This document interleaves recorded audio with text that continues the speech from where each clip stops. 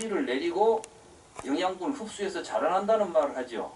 그런데 실제로는 영양분이 있으니까 뿌리도 자라고 그것을 우리는 나무라고 부르는 것입니다.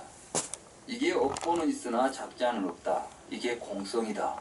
이 공의 의미를 우리가 정확하게 이해하자는 것이죠. 그래서 모든 제법의 본성이 법상을 공상이다. 실상이 공이다. 이렇게 말하죠.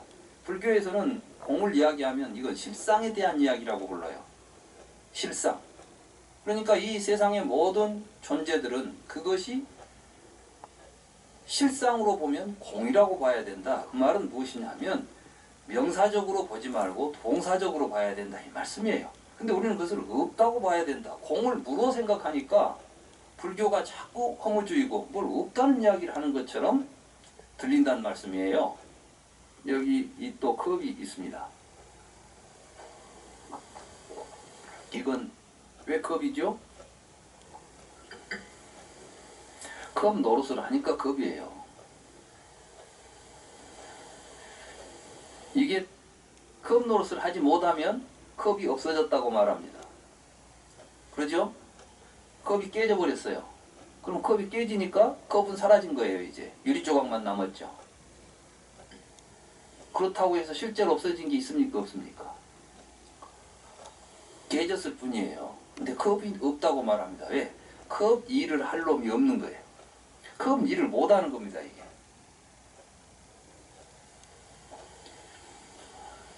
오늘 이 부분이 굉장히 중요해요. 공을 이해하는 데 있어서 업보는 있으나 잡자는 없다는 말의 의미가 바로 우리 모든 존재, 다시 말해서 세상에 있는 모든 존재는 어떠한 작용을 하고 그 일을 함으로써 나타나는 것이지 존재가 있어가지고 작용을 하지 않는다는 겁니다. 그러니까 어떤 분들이 그래요. 그래도 이 바깥에는 뭐가 있지 않느냐. 우리는 왜 이런 생각에 깊이 빠져 있을까요? 그것은 우리가 지금까지 그렇게 생각하고 살았기 때문입니다.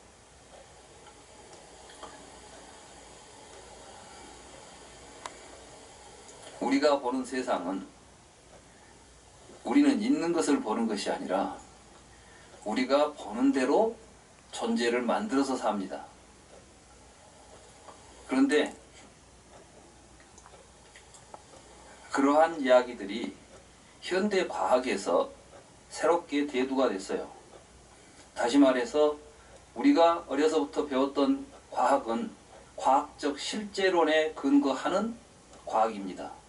과학적 실제론이라고 하는 것은 인간과 상관없이 시간과 공간의 구성 속에, 다시 말해서 시간이라고 하는 무대와 공간이라고 하는 무대 속에 물질들이, 사물들이, 어떠한 존재들이 있다는 것입니다.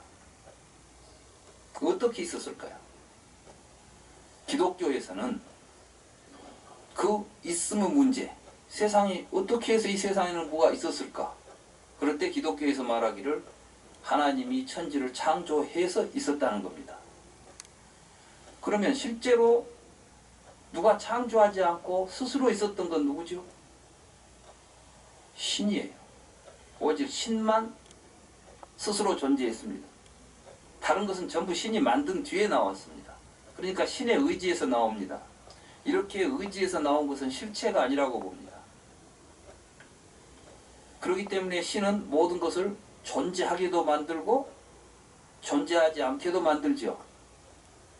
자, 천지를 창조한 하나님이 마지막에는 뭐 한다고 그러죠? 최후의 심판을 한다고 그래요. 최후의 심판을 하면 이건 다 없어져 버립니다.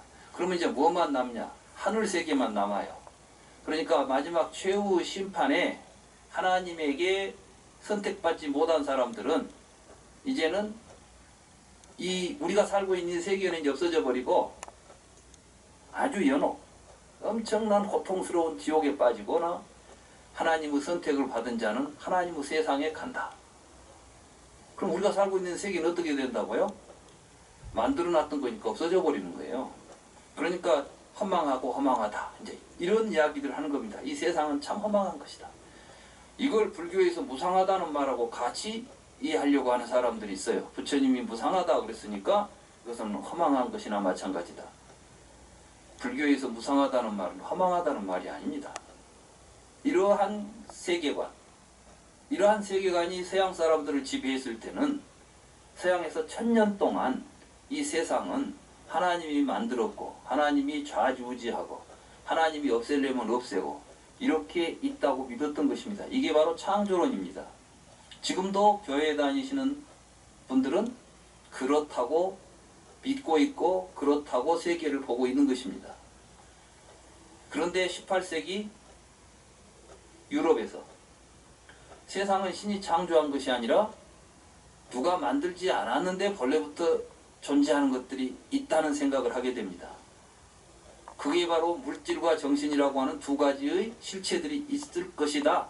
있다라는 생각을 한 게 서양 근세 철학의 출발입니다. 이게 바로 데카르트라는 사람이 물질적 실체와 정신적 실체가 있다는 말을 하죠. 이 이야기는 사실은 서양의 정신사에서 본다면 굉장히 획기적인 이야기입니다. 그건 무슨 이야기냐면 물질과 정신은 신이 창조하지 않았다는 겁니다. 그럼 뭐 어떻게 있어요? 저절로 있습니다. 이게 바로 스바보아바입니다. 자체로서 있는 것들입니다. 그리고 거기에 근거해서 자연과학이 발달하기 시작합니다.